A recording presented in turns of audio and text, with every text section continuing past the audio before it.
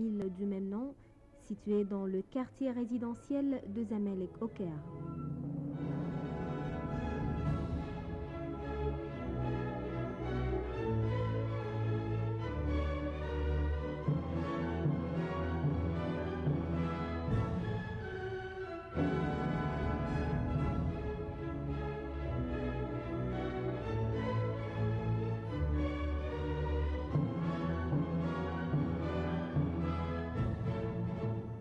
Cette tour, construite par l'architecte Naoum Chebib, fait 187 mètres de haut et fut achevée en 1961.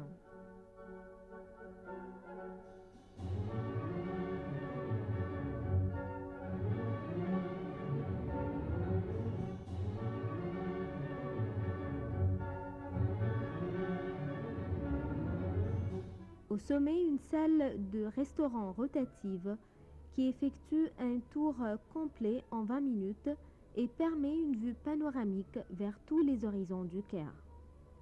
On aperçoit ainsi, à l'ouest de l'autre côté du pont du 6 octobre sur le Nil, le musée égyptien. À l'opposé, les pyramides sur le plateau de Gizeh. Au pied nord de la tour, le club d'Al Ghazira avec piscine, terrain de tennis et terrain de football. À environ 300 mètres au sud de l'île, les bâtiments de l'Opéra du Caire, construits en 1988 avec un financement du Japon et inauguré en 1993. Bon, voilà, nous avons ici donc la tour du Caire, Borg El Ghizira. C'est un monument égyptien pur par excellence, construit par un ingénieur égyptien, Naoum Chebib. C'est un ingénieur qui a vécu donc entre 1915 et 85.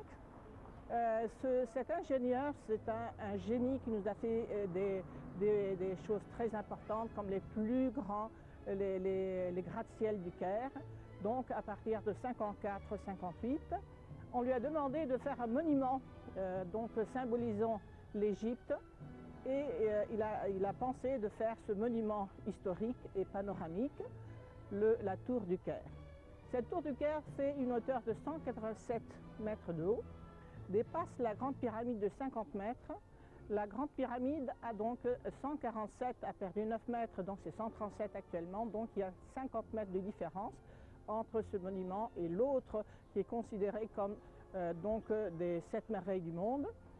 Nous avons ici donc un monument qui peut-être fera donc partie de ces merveilles du monde. C'est cette tour qui est couverte de morceaux de mosaïque de 8 millions de pièces. Donc l'ingénieur Naouma, il a fait d'autres choses, mais il nous a fait quand même ce monument, en forme de panier tressé se terminant par une fleur de lotus, symbole de l'Égypte ancienne. L'ingénieur Naouma aussi, il nous avait fait le bâtiment de El Ahram. C'est un très grand ingénieur. Malheureusement, il nous a quittés dans les années 60 pour le Canada et il était décédé au Canada en 85. Ce bâtiment, encore une fois, il a été fait en béton, couvert de mosaïque, et l'entrée est faite par une pierre égyptienne, c'est le granit, tout couvert de granit, les marches aussi en granit.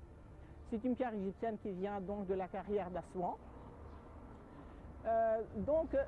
Oubliez de vous dire que ce monument a été commandé à l'époque de Nasser, en 1954.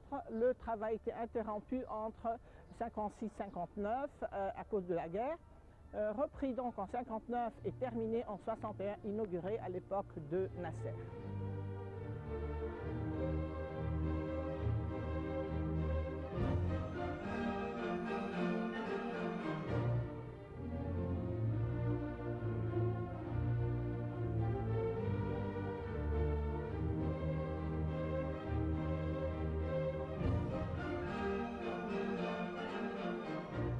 En 1954, Naoum Chebib est le seul architecte à avoir érigé des gratte-ciel au Caire. Le gouvernement égyptien le choisit pour concevoir et construire une tour devant être le symbole de l'Égypte moderne. Naoum Chebib a agi à la fois comme architecte, ingénieur en structure et entrepreneur principal. Les travaux ont commencé en 1954, mais en raison de la crise du Suez, ils ont été interrompus pendant près de 3 ans, de 1956 à 1959. L'inauguration officielle de la tour a eu lieu le 11 avril 1961. D'une hauteur de 187 mètres et d'un diamètre de 14 mètres, la tour du Caire était à cette époque l'une des tours en béton armé les plus hautes au monde. La tour est située sur l'île de Gezira au centre du Caire. Ce monument touristique sert à la fois de tour d'observation et de tour de télécommunication. Il y a 2 étages pour la tour du Caire.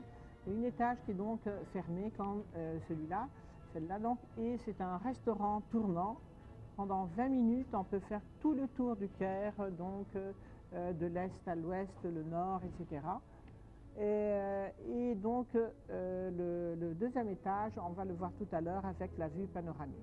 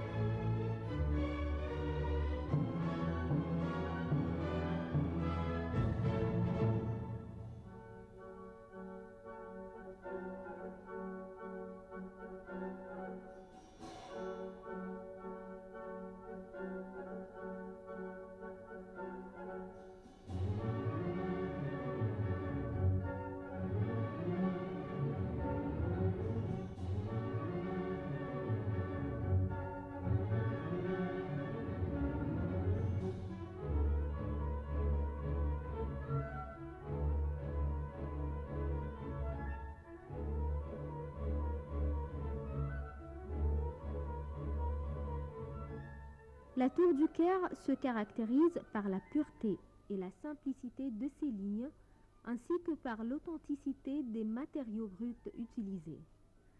L'absence de décoration superficielle et la prouesse structurale dans l'utilisation du béton armé ont permis de construire une enveloppe légère, élégante et transparente. La structure de la tour est constituée d'un corps central en béton armé, de 4 colonnes périphériques et de plateformes réparties sur toute la hauteur. Ces plateformes soutiennent l'enveloppe extérieure constituée de losanges en béton armé. Le motif de losange en béton armé qui recouvre la tour s'allonge de plus en plus, donnant l'apparence des mouvements ascendants à mesure que le regard se dirige vers le haut. Les lignes qui s'entrelacent sur toute la hauteur s'ouvre légèrement au sommet, imitant une fleur de lotus d'inspiration pharaonique.